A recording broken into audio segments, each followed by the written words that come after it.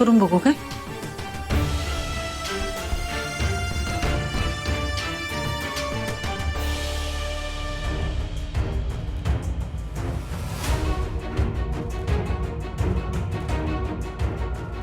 धैर्य भाऊजी जेलमध्ये आहेत आणि सावी बिचारी इकडं एकटीच आहे.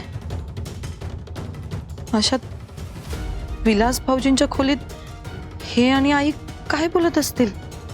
खरं भाऊजी आणि हे धैर्य भाऊजींच्या सुटकेचे प्रयत्न तर कधी करणारच नाही. मग काय चाललं असेल यांचं?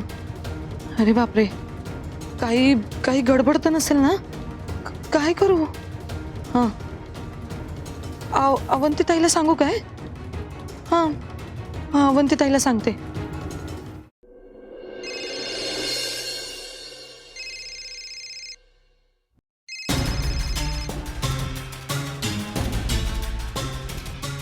हॅलो. हॅलो नीताताई, माफ करा तुम्हाला एवढ्या उशिरा फोन केला मी. ती धैर्यरावांचा फोन लागत नाही अहो, म्हणून तुम्हाला करावा लागला. नाही नाही, ठीक आहे, बोला ना, काय झालं? ताई अहो, जीवाला लई घोर लागलाय. पोरीची लई काळजी वाटते. तिच्याशी बोलावं वाटत होतं, म्हणून म्हणलं तिच्याकडे फोन देता का जरा? हो, देते की. नीतू, काय ग, कोणाशी बोलते? अरे हॅलो, नमस्कार. त्यांना सावीशी बोलायचंय. ते सावी झोपली. हा, नीताला माहित नव्हतं ना. वय वय चालते की. ती उठल्यावर फोन लावून द्याल का तुम्ही?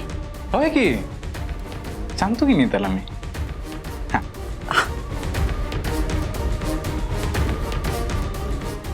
नीतू, काय उद्योग चालले ते? हा, घरातली कामं कमी पडली काय? मग अहो, ते त्यांना सावीची खूप काळजी वाटत होती, म्हणून त्यांना बोलायचं मग होतं. त्यांना म्हणावं या आणि तुमच्या पोरीला घेऊन जा घरी. अहो काय? नीतू, अगं धैर्य एकतर घरी नाही म्हणून ती पोरगी बिथरली. त्यात तू हा तुझा असा रडका चेहरा तिच्या समोर घेऊन गेलीस आणि तिला येड्याचा झटका आला आणि काहीतरी घेतलं तिने आणि माझ्या लाडक्या बायकोचं डोकं फोडलं तर? हा, तुला काय झालं तर? बरं ते जाऊ दे, तिला त्रास झाला तर चालणार आहे तुला? आहे ना?